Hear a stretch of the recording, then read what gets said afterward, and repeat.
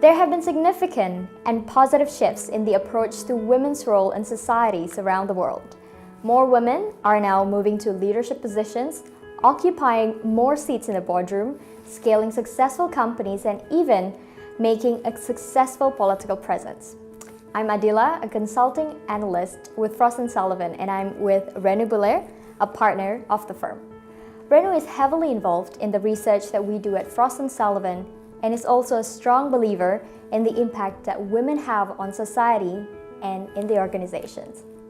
Renu, organizations with more female executives benefit from better company profits and performance. Is this true? Well, numbers don't lie. Our research shows that companies with higher gross profits do have a higher proportion of women on their board. So for example, companies like Walmart or Bank of America, they all have seen that. And based on the data that we analyzed, we look at 227 companies across the globe, and we did see this consistent trend. Maybe coincidence, but it is something we will continue to track. Companies do want to improve top and bottom lines, and that remains to be very, very critical. Then why aren't we seeing more women power in workplace today? Well, barriers have unfortunately more or less remained the same. Masculine corporate culture, in many cases the perception that management might be better held, lack of leadership training for women, programs that actually enable women to come back to work in the workforce after having to take a break, let's say for family reasons and so on. But the good news is we are seeing this trending north, and some industries are leading the way. For example, the retail industry, 63% of the workforce is women.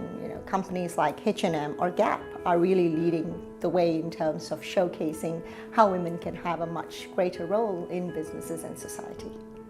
Now, ASEAN is expected to be home of almost 10% of the world's working age adults by 2025.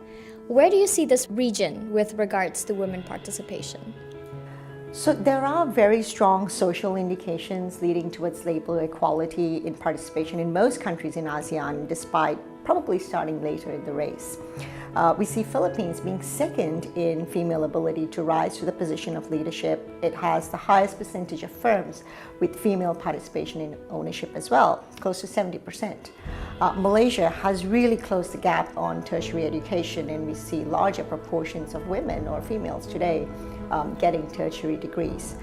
We believe that by 2025, there are likely to be close to 120 million professionals, women professionals in the workforce, compared to 100 million in 2015. Interesting. Now, to close, what should companies do to create gender equality, equal career opportunities, and a balanced corporate culture? So I would say first, it's really about awareness. Awareness and looking at the current state. And does the company have the will? And then once it has the will, how do they actually do it? The ability to do that. Looking at changing corporate culture, looking at HR policies, providing career planning, training and mentoring, assigning challenging roles to young women like yourself, for example, and opportunities, let's say, for flexible workplace and re-entry into the workforce. At Frost & Sullivan, we recently launched a program called GLOW to create this foundation for growth and leadership of women, both through our research as well as internal programs. And the goal is to enable women to maximize their career potential and play an active part in business growth. So we believe that this will actually lead to strong growth for our company as well. To know more about megatrends and how women are shaping the workplace, please contact us.